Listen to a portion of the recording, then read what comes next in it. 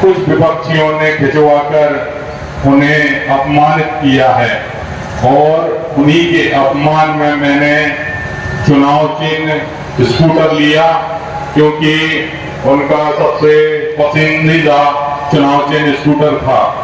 और ये चुनाव मैं पहले से ही बोलता आया हूँ, पहले दिन से ही बोलता आया हूँ कि ये चुनाव मेरा नहीं है, ये चुनाव अन्नू अर्जरिया का नहीं है, ये चुनाव हर उस पिता का है, हर उस माता का है, हर उस बेटे का है, हर उस व्यापारी का है, हर उस दादा का है जो मुझे आप इतनी हिम्मत दे रहे हैं। जब 10 दिन पहले मेरी माँ का पर्चा खींचा तो आप लोग खुद सोचिए, वो तो निर्विरोध जीतना चाहते थे, कम से कम इस बेटे ने इस तालबेट की इज्जत तो रखी। सर्व समाज के सम्मान में चुनाव में लड़ रहा हूँ और जिस प्रकार मैं लोगों के पास जाता हूँ, लोग मुझसे यही कहते हैं, बेटा टेंशन मत करो, ये चुनाव मेरा है। मैं इसी बात के लिए मैं बहुत ज्यादा गर्व होता है कि जब लोग मुझसे ऐसा कहते हैं। ये चुनाव हर व्यक्ति लड़ रहा है, हर पिता लड़ रहा है, हर माँ लड़ रही है, हर भाई लड़ रहा है। ये अकेला मेरा चुनाव नहीं था। ये इस पोजीशन पे, इस प्रत्याशी की प्रतिद्वंदता पे अगर आप लोगों ने मुझे सामने खड़ा किया है तो आप मुझे हिम्मत और देना, इस बेटे को एक बार मौका देना। मैं और कुछ नहीं कहूँगा। आपको पता नहीं, मैं अपनी नौकरी छोड़ के आया हूँ। मुझे वैसे कभी मैंने राजनीति का कोई मेरा सपना नहीं था। मैं नौकरी करता था भोपाल में, अच्छा पैकेज मिलता था। लोग IAS ऑफिसरों को पुलिस डिपार्टमेंट में, मैं इंजीनियर हूँ, सॉफ्टवेयर इंजीनियर, मैं उनको ट्रेनिंग देता था।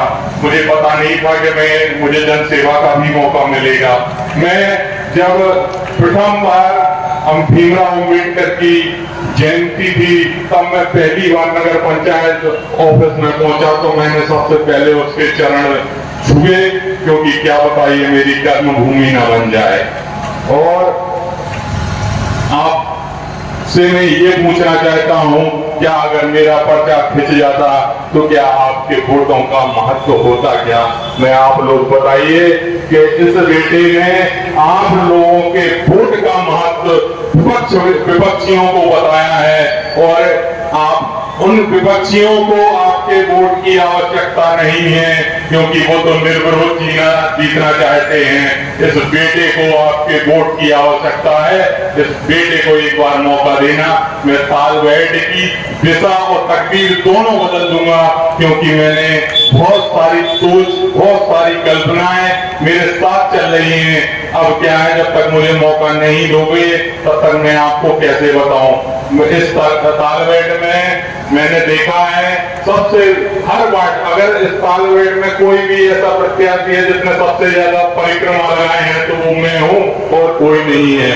मैं हर उस घर गया, हर उस माँ से मिला, हर उस पिता से मिला, हर उस दादा से मिला, सबने मुझे बहुत आशीर्वाद दिया। आज देखिए, आज मुझे उस ताकत से, हिम्मत से यहाँ खड़ा होने का मौका मिला। और इस तालबेट में सबसे विकराल समस्या पानी की है। मैंने देखा जब मैं यहाँ से कन्वेंसिंग करते हुए अंजनी माता पर पहुंचा तो वहां से खड़ा होकर देख रहा था कि मेरी पानी की टंकी तो निचले भाग में है।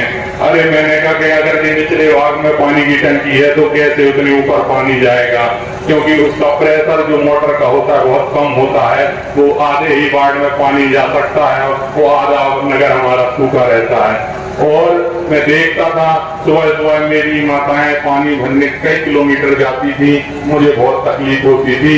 और मैं आपको भरोसा दिलाता हूं कि अगर मैं चेयरमैन बनता हूं तो इस नगर में सबसे पहला मेरा काम रहेगा कि इस पानी की समस्या को मैं जड़ से निपटाने का काम करूंगा। मुझे पता है उसको कैसे करना है। आज पूरे तालबेट नगर में हर जगह पानी है। आप माता टीला बांध देख सकते हैं, मर्दन सिंह के पीछे इतना बड़ा तालाब देख सकते हैं। अगर वो तालाब का पानी ही फिल्टर होकर इस नगर को मिलता रहा तो वो ही प्यास बुझा सकता है। हमें और कहीं कोई कुछ करने की आवश्यकता नहीं है। पर क्या है, जो पहले मेरी माता थी उनने भी सोचा होगा, पर यह अब उनके बेटे के सोचने का वक्त है, आपके बेटे के सोचने का वक्त है। इसलिए मैं ये अपने विचार रख रहा हूँ, क्योंकि आपको भी पता चले कि आपका प्रत्याशी कैसा है। और इस नगर में बहुत सारे लोग, मैं जब रोड पे निकलता हूँ तो बहुत सारे लोग छोटे छोटे से ठेले लगा के घूमते हैं। कोई अपना चाट का ठेला है, तो कोई समोसे का, कोई अपना पेटीज का, कोई मिठाई का।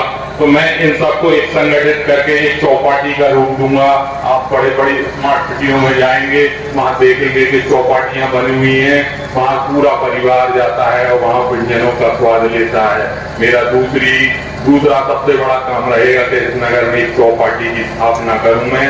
और मेरे भाई लोग जो IAS, UPSC, IIT, IEEE की तैयारी कर रहे हैं, उनके लिए मैं एक निःशुल्क यहाँ पर पुस्तकालय का निर्माण करूंगा, जिसमें सारे पूरे भारत भर के जितने भी रचयिता हैं उन सब की बुक उस पुस्तकालय में होगी, जिससे हमारे बच्चों को पढ़ने में, जो बुक नहीं खरीद पाते, महंगी पुस्तकें नहीं खरीद पाते, उन लोगों के लिए पढ़ने के लिए, उनकी तैयारी करने के लिए वो काम आएंगी। और आप देख सकते हैं सालगढ़ से बहुत सारे लोग IAS, IPS और अच्छे अच्छे पद पे काम किया है। और मैं भी आपका बेटा हूँ, इस बेटे को एक बार मौका देना। और मैंने पहले ही दिन बोला था, ये चुनाव मैं नहीं लड़ रहा हूँ, सालगढ़ का हर व्यक्ति, हर माँ, हर बेटा चुनाव लड़ रहा है। आप लोग एक बार इस बेटे के लिए, हिम्मत के लिए एक मुट्ठी खींचें, ऊपर करें, हाथ ऊपर करें, बोलो भारत माता की। आवाज ऐसी आनी चाहिए कि विपक्षियों तक इसका अंत पहुंचना चाहिए। बोलो भारत माता की, भारत माता की। जन सरोकार से जुड़ी हुई आवाज द बुंदेलखंड पोस्ट को सब्सक्राइब करें।